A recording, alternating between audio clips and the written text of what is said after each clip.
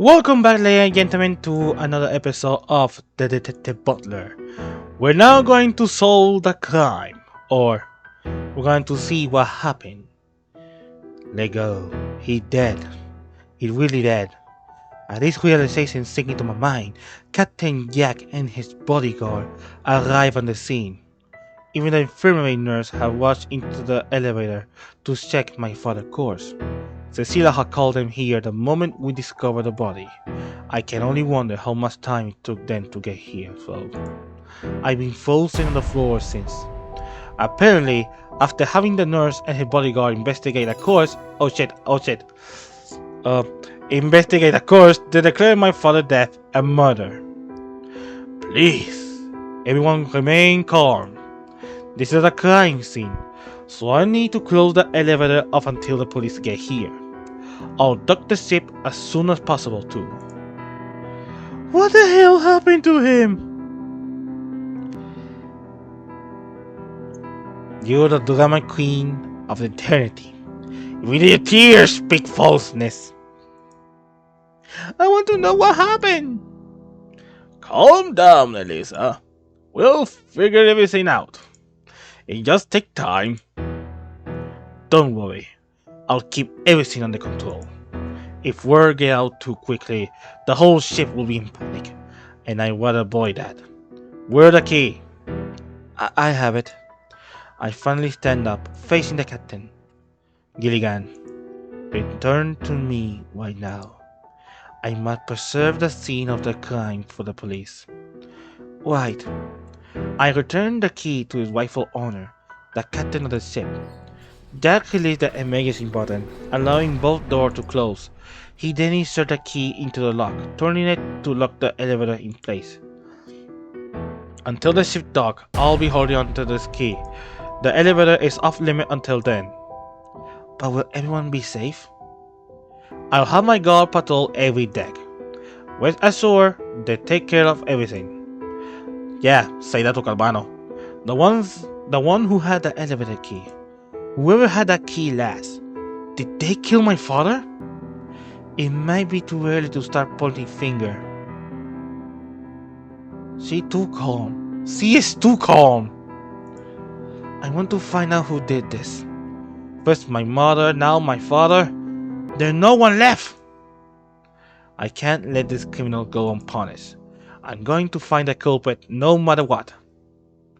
You've gone through more than you should have to, Gilligan. I'm really sorry. Damn it! Why? Why did he have to die? I feel so stupid right now. In a rush, I tried to pull open the door to my room, but it's locked and I still don't have my own key. Cecilia, the door! Please. Here. I fall face first onto the mattress on my bed, burying my face inside a pillow. Why? Why does this happen to me? Why aren't my parents alive? I know that parents had to die eventually, but isn't this just too soon? Can I just lie here on this bed from now on? Do I really have to get up and face the fact? When people are confronted with truth they can't handle, they try to run away from them as fast as they can, in the immediate response of human nature. Isn't that what Butler said? I just can't confront this truth.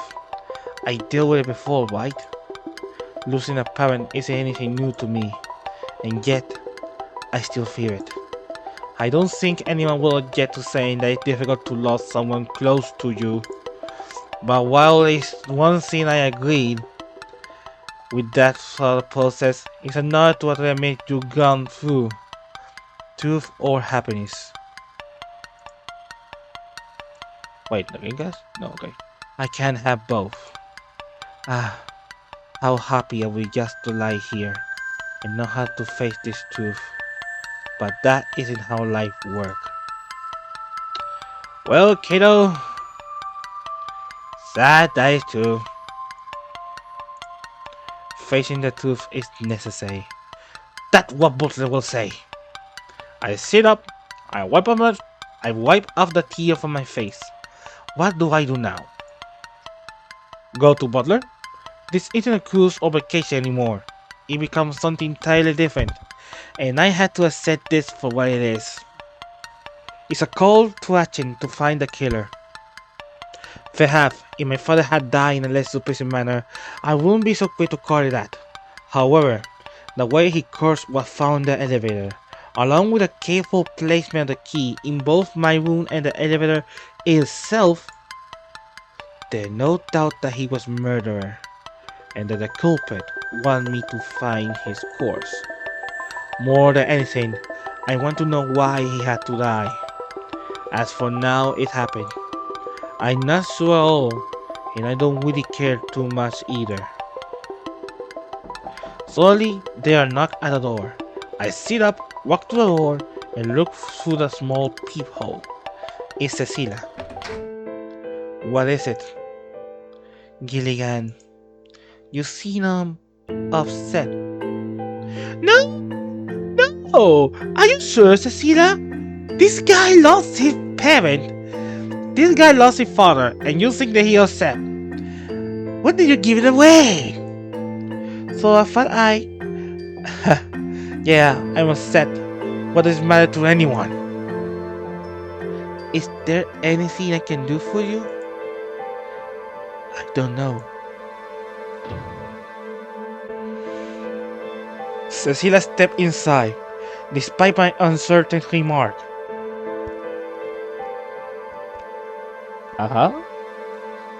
It's almost as she doesn't know what to say.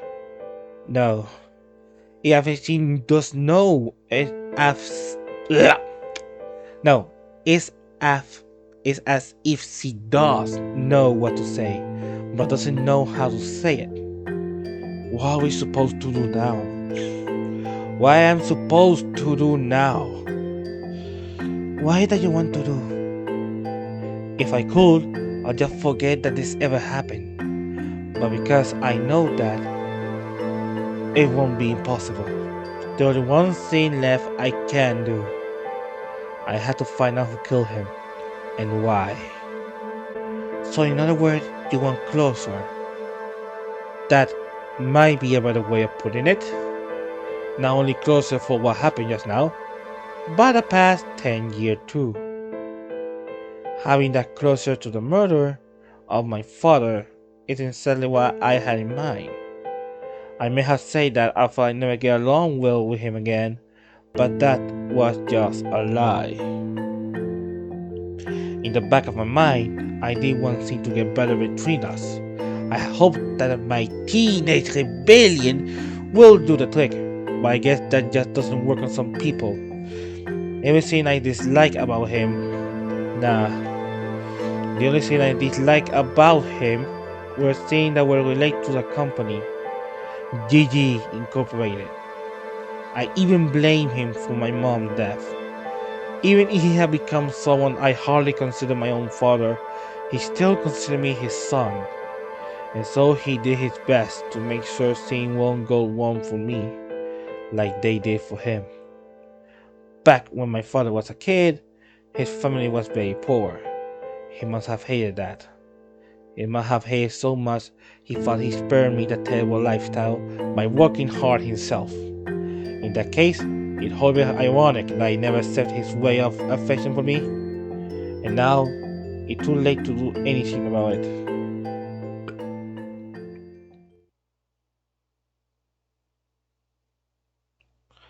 I'm really sorry that I can't be much of help. It's fine. I'll just have to dig deeper around here to find out the truth. Dig deeper? I don't like your face, Cecilia. I like your surprise, or are you waiting something to happen? What do you mean by that? There are a few details about this whole... Hey!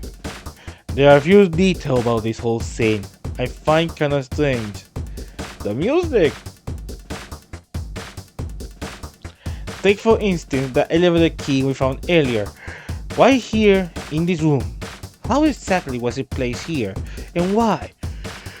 There were only two people who could have placed it here. It had to be someone who had a way to get into this room. So it was either my father or it was you. Well, I came by your room just before 2 p.m. to clean while the two of you were away, and I didn't see the key anywhere. So, if the key had been left in the room, it must have been after 2. Wait a minute. I came by around the same time. Did you hear somebody knock on the door while you were cleaning? I did. And I got really scared, so I hid inside the closet until they left. Was that you? Cecilia, you're beautiful, but a scary cat to the limit. If you hadn't been such a scary cat, I could have got inside my room a lot sooner. Oh well. There are more important things to think about right now. Sorry. Anyway, I find the elevator key to be really out of place. Who was left inside my room and why? Was it my father? I suppose he's the only one who could have, right? Only he had a car key to get into the room. But if he's the one who placed the elevator key, then how could we have found his dead body inside the locked elevator? He must have been alive when the key was placed in here, but dead by the time it was used to lock the elevator. That doesn't make any sense at all. It's a paradox. You mean a paradox? You need to learn a little bit English. Yeah! What do you think I said? A paradox. You say a paradox, not paradox. No matter how she pronounced it, Cecilia was right. This was a paradox. We had to find the elevator key inside this locked room. But we also found the only other key to this room inside the locked elevator. I don't think Cecilia will really be involved in something like this, but she does come out very likely suspect. At the very least, she had access to the master card key, and she could be lying about not placing the elevator key locked in. But I'm willing to believe her, so we're not left with too many options. Like I said, the only other person to have entered the room at all could only have been my father. That is, unless his key had been taken from him. Maybe I can get it somewhere. My father said he returned to the room by 2, but clearly he hadn't. Perhaps that was because he had already been killed by that time. Once dead, the killer easily took his key and used it to enter the room. So really, it could have been anyone. You mean, if we think about who could have entered the room, we also figure out who killed your father? Who has time to sit back and wait for the ship to reach land? With my father killed on board, I had to take some exit. If we think about this hard enough, we can catch the culprit before they can get away. I take out a pen and start drawing some nearby stationery. Let's consider this to be the diagram of my room. Room 503. The elevator key was found inside of it, like so, just after 7 p.m. That whole 5 hours since Cecilia had last entered the room. And one of the two keys to one of the two keys to my room was found inside the elevator, alongside my father's porch. But the problem is that the elevator was locked prior to this fact. We had to ask the question, how it is possible.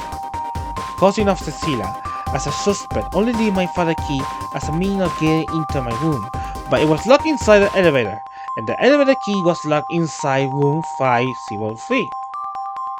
Together, those two locked rooms form a very greater mystery than they could alone. Simultaneously locked room, with each room key locked inside the other. It is really what I call an impossible crime? Perhaps there's a simple way around this paradox that we haven't yet considered. Well, there's only one way around it. The culprit might have used a different key to enter room 503. That is, they used your master key. Oh, I knew you'd surprise me at some point. I don't know what to tell you, but I know for sure I didn't have anything to do with this. No, I mean just because it was your key, that doesn't mean you're the culprit. The real killer will need to steal your key, use it, and then return it to you, so that we could discover the crime in the first place. Oh, I see. But how will anyone steal one of my keys without me knowing? I know like I could easily misplace it, like my metal key. It's kept in my shirt pocket, behind my vest. Yeah, that would be possible. You had to feel something. I guess it would be obvious if anyone had to it's everyone had tried to steal it from you, then. Yeah, I don't think that worked at all. Because I can feel someone touching my boob. I noticed it right away. Instead, let's try looking for. Jesus Christ, that's not a each other. Instead, let's try looking from the other way around. Starting with my room and then going to the elevator. In that case, the solution makes a lot more sense. Oh, well, getting up. The culprit first approaches the elevator, unlock it, but doesn't leave the key inside yet. The culprit merely press the button to hold the elevator door. They leave the elevator key in my room and then go back to the elevator, which was held open the whole time. That is stupid. The distance. Ah, now that's clever. But I think there's something wrong with it. What wrong with the solution? Does it work out nicely? No, the distance. The culprit must be warning. Someone will listen to the footprint. Plus the distance. Well, when you found your father, you had to unlock the elevator, right? The elevator door doesn't lock automatically. So not like they could just let the door close and expect the elevator to lock itself. Oh! That very fact that I was able to unlock the elevator meant that it had been locked in the first place. Combined with the fact that the door can lock on its own, my theory failed to hold up. Darn it! This really is an impossible puzzle. I told you! It's not as easy as it seemed. There was, of course, still the possibility that Cecilia herself had been the one who committed the crime, using her own master key.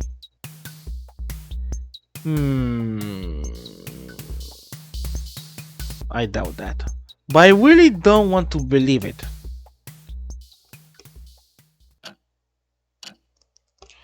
Deciding that we've done enough theorizing for now, Cecilia and I leave the room.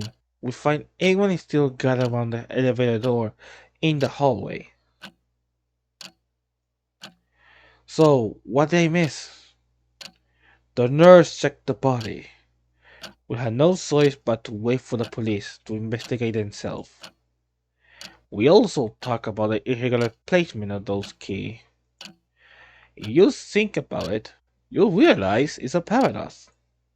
Yeah, we thought about that too, but we couldn't think of any way to make sense of it. You're free to speculate all you want, but the ship is set to return to land in a few hours, so it won't be long. Well, perhaps three had our better than two. Elisa came up with an interesting solution. If you'd like to hear it. Oh, she's still crying. Oh my god. I mean, if she was a lover, I can understand it, but man. That's right. There's no reason to hide it from you either. Wait, you're pregnant? Oh no. So I'll tell you right now what we're thinking. Gilligan, you and the May, you. What? You two killed Galvano together. What? It didn't be serious. It is. Oh my god. Oh my god. Drama queen. What? That's not true at all. You suspecting me? Of killing my old father? It's no secret that you don't like him. Your murder was greed because you already had the most to gain from his death. So did you, bitch. Inheriting his fortune will be the best reason to kill him. Yes, he will inherit his fortune, but you are CEO. You will be the new CEO. I can't believe you think that. And you know how you did? After easily luring your father to the elevator that may help you create a closed room palace by giving you her master key. Sorry, Gilligan. I didn't want to believe it, but it does make a lot of sense, doesn't it? Not you too, Howard. Come on. Wait. I just realized something. Howard. No. That is too obvious. That's right. Gilligan, you had a mean, motive opportunity. So do you. So do you both. No. Don't know how to prove it to you, but you just have to take my word I didn't kill him. Your word means nothing. It's your action that matter.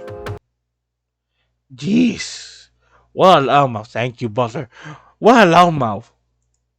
The stupidity being spewed out here is giving me brain damage. Agreed.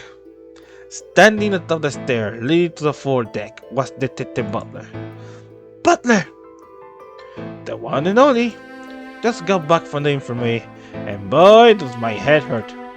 Remind me never to get vodka here again. Butler? Alright. Are you the reporter guy from yesterday? Yeah, I'm the reporter guy. Fuck you, bitch. And I've been listening for a while now. Galvano dead, and you're suspecting Gilligan. How though? Though? I didn't kill him. Isn't there some way to prove it? I know you didn't kill him, Gilligan. You're just not bright enough to carry out a murder. Especially if Cecilia is the accomplice. What a joke that to be. Oi! And second, I don't think you're a liar. You might not be the brightest guy, and you might not have gotten along with your dad, but at least you are honest about it. And that is a good thing. Where the evidence that proved Gilligan didn't do it? Where the evidence that proved he did? Boom, bitch! Get out the way! Get out the way, bitch! Get out the way! It's a little something called burden of proof. I hadn't really thought of any. Exactly. That having a mean motive and a sense to kill doesn't make a person a culprit. You need to use your head a bit before accusing people. Everyone here is likely a suspect. You should single out poor Gilligan just because he happened to be a good scapegoat. I suppose so. Sorry for jumping the gun. Think about it. The easy way to prove Gilligan not the culprit is to find the real one. You can prove a negative but only by disproving the positive. Get it? That's some twist logic, but I like it. Of course you like it. Everybody likes my logic. Anyway, the old is to it. Xiao. The detective passed through the hall, walking at a brisk pace toward his room. Wait! Don't go! You're the only one who can solve this. You're a detective! Right now there's a killer on this ship. If we don't do anything, more people will end up dead. I only take cases that interest me. Sorry, but they just sound boring. A wealthy CEO getting killed on his vacation is pretty cliche. It's too dull. Not worth my time. Come on, Butler! Butler! Come on, dude! What'll it take to get your interest? What an interesting case for you! Don't know. Got any ideas? Butler continued walking toward his room, calm and collect.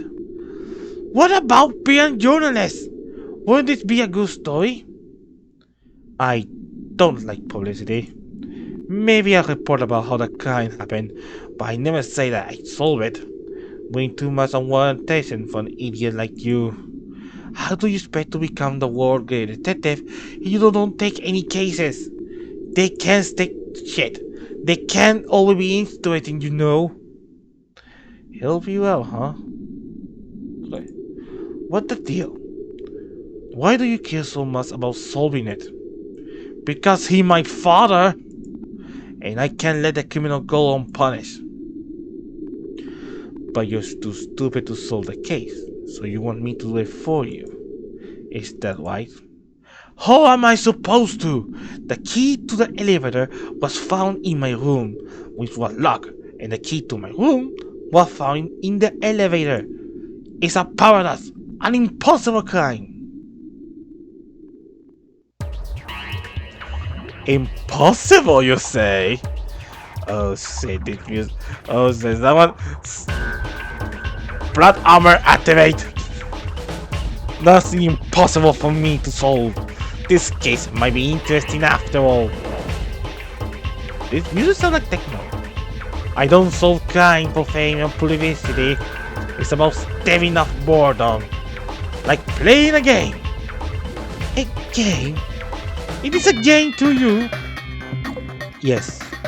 When people are bored, they play game. For me, I solve mystery. That's my kind of game. And if I think a game is boring, then there's no point in playing it. But this impossible crime is a puzzle. So you're drawn to the puzzle, huh? If you ever read a Golden Age mystery novel, you actually know that a big name back then considered their book to be a puzzle game between author and reader. It's like that.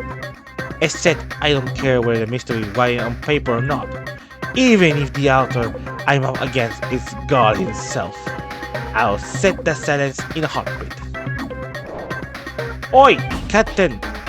Tell me where the key, the elevator key. Answer me this time. You're demanding, aren't you? It's a special key, so usually it rests upon my own key ring. However, something happened last night. There is a rule among the employees stating that they must turn in their key ring at the end of each day before sleeping. I received a knock on my door just after 2 a.m. and standing outside was Cecilia. The bar had closed down and she was ready to turn in her key ring. However, she claimed had gone missing and began to cry. I scolded her, punishing the clumsy maid with one simple stack. I was willing to lend her my own key ring as a replacement. I wouldn't need one tomorrow anyway. Hence, Cecilia was given the key to the haunted elevator. Just to clarify that, what key are typically on those key rings? There are not too many. The personal cabin key, a well key to the engine room, laundry room, storage room, boiler room, and the captain room on the sixth deck. And that's the same for every employee key, including yours, except there's only one elevator key. That right? That right. That right, Cecilia? Just not telling me about some bunk? That right. It's embarrassing to admit, but he gave me a replacement key ring last night. And those are the keys that our key typically wear. Hold. Sorry. Very good then. Butler tried to open the elevator by pressing the button, but nothing happened. Is it locked? Yes. I locked just a moment ago to preserve the crime scene until the police get here. Mind let's take a look inside. I promise I'll be careful. I'm keeping the crime scene intact until the authorities get here. Why decision? But you know, I am authority. New reporter extraordinary and also detective. You have no reason to refuse me a look at the scene. You mean you want a first-hand look at the scene to write about for the newspaper?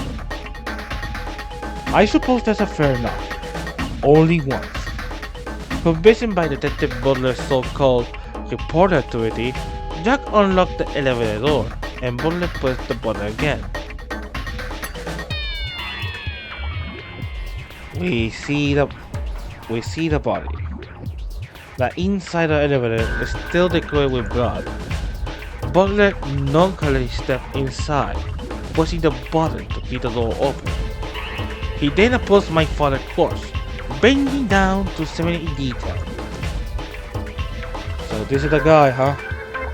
Saying we never met while he was alive. Butler looked near my father's hand, noticing the car key on the floor. So this is Galvano's key, and there's some spilled blood nearby. Possibly a guiding message? What did he say? SOS? As in the test symbol? Save our ship? That sounds stupid. For real, that sounds stupid. Why would someone put save our SOS in an elevator if you're going to die? Unless the killer write the message or... No. Of course! It's not SOS, it's 202! Butler take a look at my father's corpse once again. This time he sped the wound, trying to ascertain the cause of death. Cuts. You can see his shirt a bit torn off. Stab wound all over his chest. Looked like his head got one of it too. So the murder weapon was something sharp, like a knife? There were plenty of those in the dining hall, so someone could have easily taken one. No. Relax. Butler pointed to the floor. Looking hard enough, I can see a bit of glass scattered around. So he was cut with something made of glass. So someone got a bottle or knife or liquor, hit it with a head, the liquor break, and then stab the person. It has to be empty the liquor because if it was full, then you can smell alcohol. But nobody, including Butler, has smelled alcohol, so the bottle has to be empty. His head also was in addition to the cut, blunt trauma, as they call it, not sort like a knife at all. Let's see. From the way he lay on his side and the location of the wound, I can reconstruct what happened. Galvano was killed here. Smack against the head with something made of glass. Instead, he gets slammed against the wall and fall over. The glass fly everywhere. The culprit stabbed him repeatedly, then after losing the blood, he died. But not before waiting on a call for help. Yeah, he was killed in this elevator. No question about it.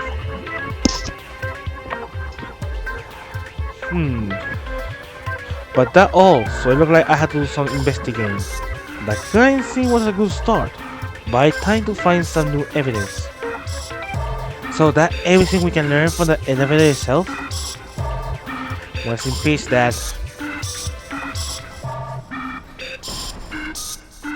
After Butler and I stepped out the elevator, Jack closed the door one final time.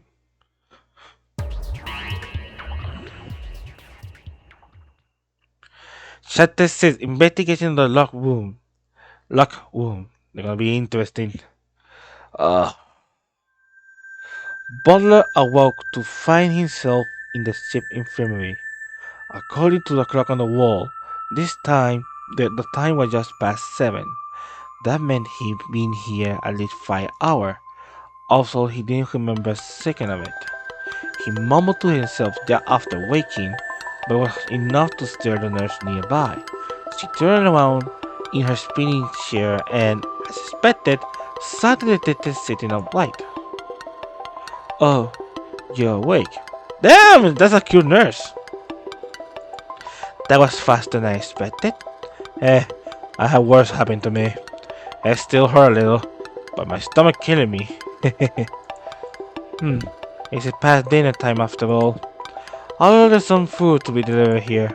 Please wait. The nurse leaned over to her telephone, sitting at her desk, Picking up. Sound good. I feel like I missed out on so much. How long was I out for? 5 hours? Something like that, yes. The nurse began to speak into the phone, ordering a meal for her patient.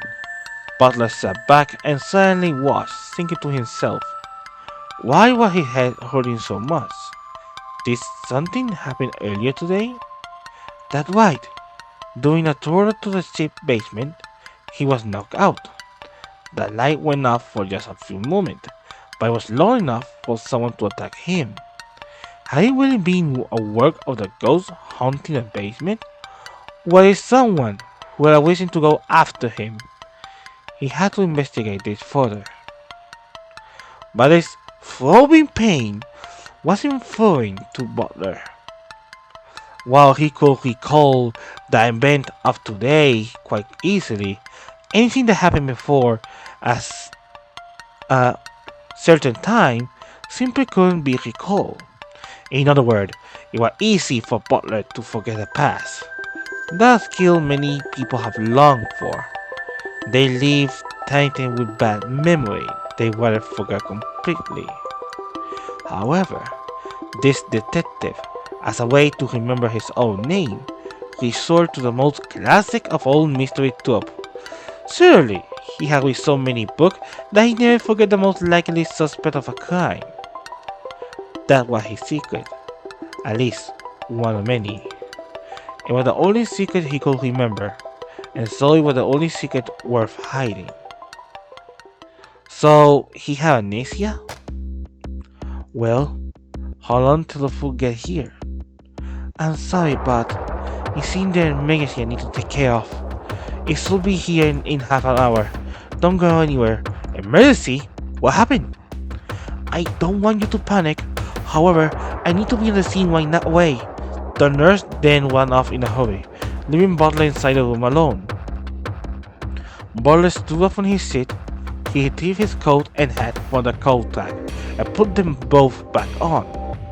Half an hour? I would have walked to the place myself, but this emergency had me interested. Deciding he had better use of his time than simply waiting around, Butler left the room and turned to follow the nurse, and that's when he heard the scream coming from the elevator. I see. So that's what happened to you. Yep. And now that you told me your side of the story, I guess we're all caught up.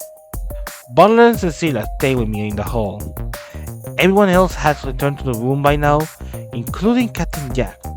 Also, there might be complaints waiting around for the ship to dock and the police to solve the crime. I'm not so patient, and Detective Butler couldn't be more excited to solve the mystery. Sure, you ready? The truth we uncover may not be so pleasant. Yeah, I'm ready. There's no other choice. Cecilia, the door. Right. Here you go. The door magnetic lock released itself after Cecilia swiped her car key. This is it. Our search for the truth began here. I wonder what will... Butler led the way, Cecilia and myself following close behind. He stayed in the center of the room, between the two beds, looking all the action. First, I do a quick search to this guest room. Got a check for surprises in, lying around, or we had a way to sneak the key into the room from the outside. Tell me, where did you actually find the key in here? Blight found it in the middle of the bed. I pointed to one of my father's slept in on the left side of the room. So, if the key was slipped in through the door, it involved some string trick. You don't remember seeing any strings in your room, do you? No, there wasn't any. So I guess the possibility of the key being slipped under the door is ruled out.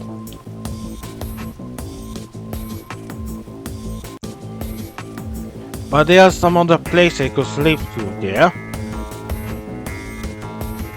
Such as the ceiling, even a single small hole will be enough. While cleaning today, I personally checked the wall, floor, and ceiling of his room thoroughly, and I found nothing unusual about those places. That is, unless the culprit made a hole themselves. They could have been standing right above this room, blew a hole into the floor, and dumped the key down the hole. Would the culprit really go that far? I mean, bringing a power drill to a cruise ship? Hold it, that wouldn't work either. Power drill will be considered a safety hazard, so the crew will have confiscated them upon sight. Then tell me, are there any power drill already hidden on this ship? Perhaps there one in the employee room? I think we might be overthinking this. I mean, let's just look up at the ceiling. The three of us looked up at the ceiling, and the truth became clear. There really isn't a single hole up there. Well, in that case, no one could have stolen Cecilia's key to use the main door, which only leaves the balcony. Cecilia opened the balcony door and stepped out of the room. She pointed across to one of the neighboring balconies. You think the culprit jumped across this gap? I'm not sure how anyone could jump across it. It's not humanly possible. The culprit just needs some rope. Then they can swing across, using the rope as a grappling hook. Even I can't believe something like that. They had to be a ninja or something. Is there not an easier way? An easy way? See the lifeboat hanging up there? The culprit lowered himself down onto one and used that to enter the balcony. That lifeboat? And how will they get it back up there once they're finished? Don't know, but I don't have to explain, because it's possible. Are you really suggesting that the culprit will go to this much trouble just to place a key in my room? And even if it's true, then there's one other problem. The balcony door was locked. Not good indeed, not good indeed. But someone left it open beforehand. You mean me? Or my father? Doesn't matter who. If someone happened to leave the door open, either by accident or on purpose, no. Then the culprit will have to know in advance the door was open. Random theory aren't getting us anywhere. I can't see how we're solving anything at this rate. Butler walked back onto the room, both of us following. I shut and locked the balcony door on my way inside. We eliminated some possibility, one by one. Now, to really make sure we cover all our bases, let's check the bathroom and closet too. The bathroom looked exactly as it did after I took the shower this morning. It seemed the culprit didn't enter this room. There's nothing interesting in the closet either, just my father's clothes. So in other words, we have found a single clue in this whole room. The good news is that we eliminate a lot of possibilities. I don't think the room was in any way damaged, nor was the key slipped in through the outside. And lastly, the balcony door wasn't used. There are a lot of things we know didn't happen, but we're still a bit short on things we know that did happen. What do we do now? Oh, is room service here already? Yeah, we should take a break to eat. I can't think of an empty stomach. You order room service? When did you have time to do that? You know I was lying in a hospital bed all through dinner, right? I haven't eaten anything since lunch. Butler opened the door, revealing a large serving cart decorated with food and drink. Behind it standing old chef Donald Arkeley. Ah, hello there, you three. Surprised to see me? Hey, Donald, what are you doing bringing the food all by yourself? I saw the order was for Gilligan's room, and thought I'd pay a visit to Galvano. Yeah, good luck with that. Galvano was found dead. Murderer even. This food looked good. Butler take a piece of chicken from the plate on the server card and began to munch it. Is that too? You shouldn't joke about those kind of things. Tell me that not too, Gilligan. I don't want to believe it either, but that what really happened. Slow down, old man. The food just got here. Give you a rundown the murder in a bit. Bon appetit! Butler started grabbing food out of the serving cart. Okay, that was a dick move, but okay. Although the one of us aren't too quick to do the same. It's as if the murder hasn't even faced him. He had mentioned before that the only reason he taken this case is because it interests him. He even compared it to a game.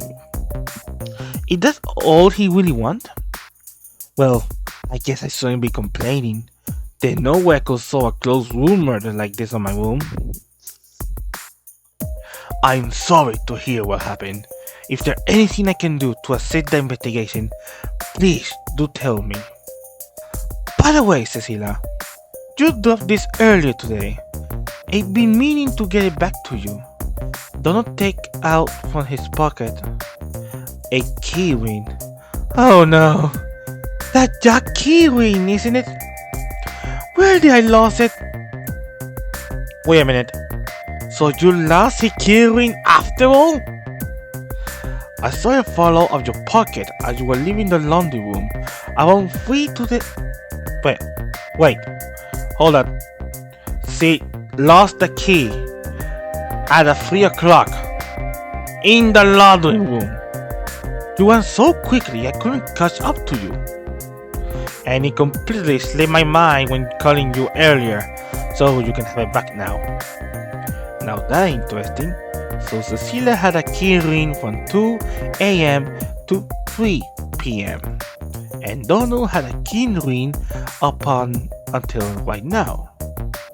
Donald, do you recall seeing the elevator key on that ring when you found it? Elevator key? I only saw the useful one. No more key than there normally should be. I mean, I hadn't taken any key. I hadn't taken any off the ring, so it might have been there where he found it. You two aren't making sense anymore. Then where did the key go? We know Jack initially had an elevator key on his own key ring. Later in the night, at 2 a.m., Cecilia went to the captain room. She was cold and Jack gave her his key ring as a replacement, elevator key included. At 3 p.m., Cecilia accidentally dropped the key ring and Donald picked it up immediately afterward.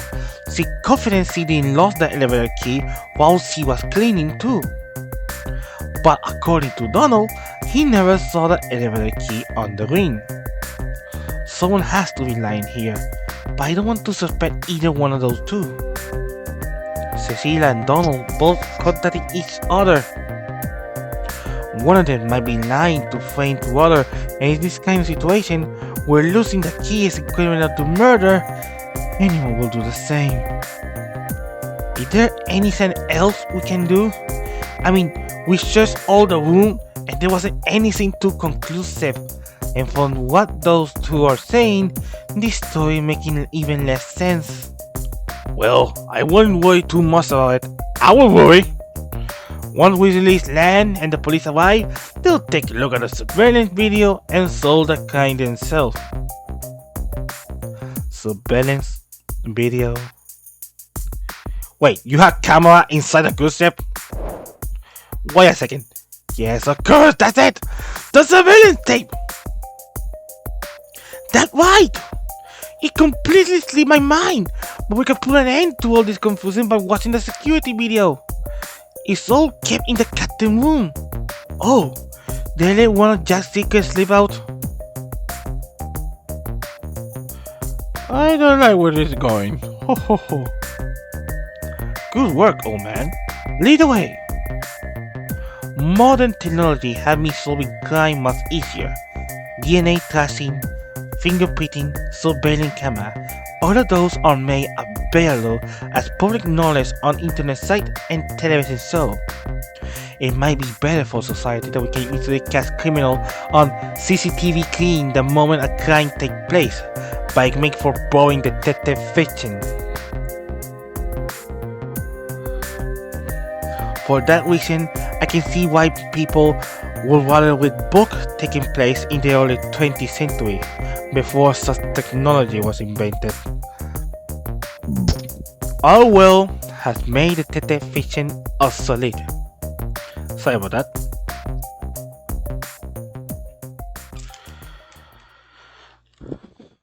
Well, that was it. That was short. Chapter 7, Alibi and Interrogation. I'm gonna leave this episode here. So, if you like this kind of video, remember, like, comment, subscribe. We're going to catch the criminal. I know it. See ya.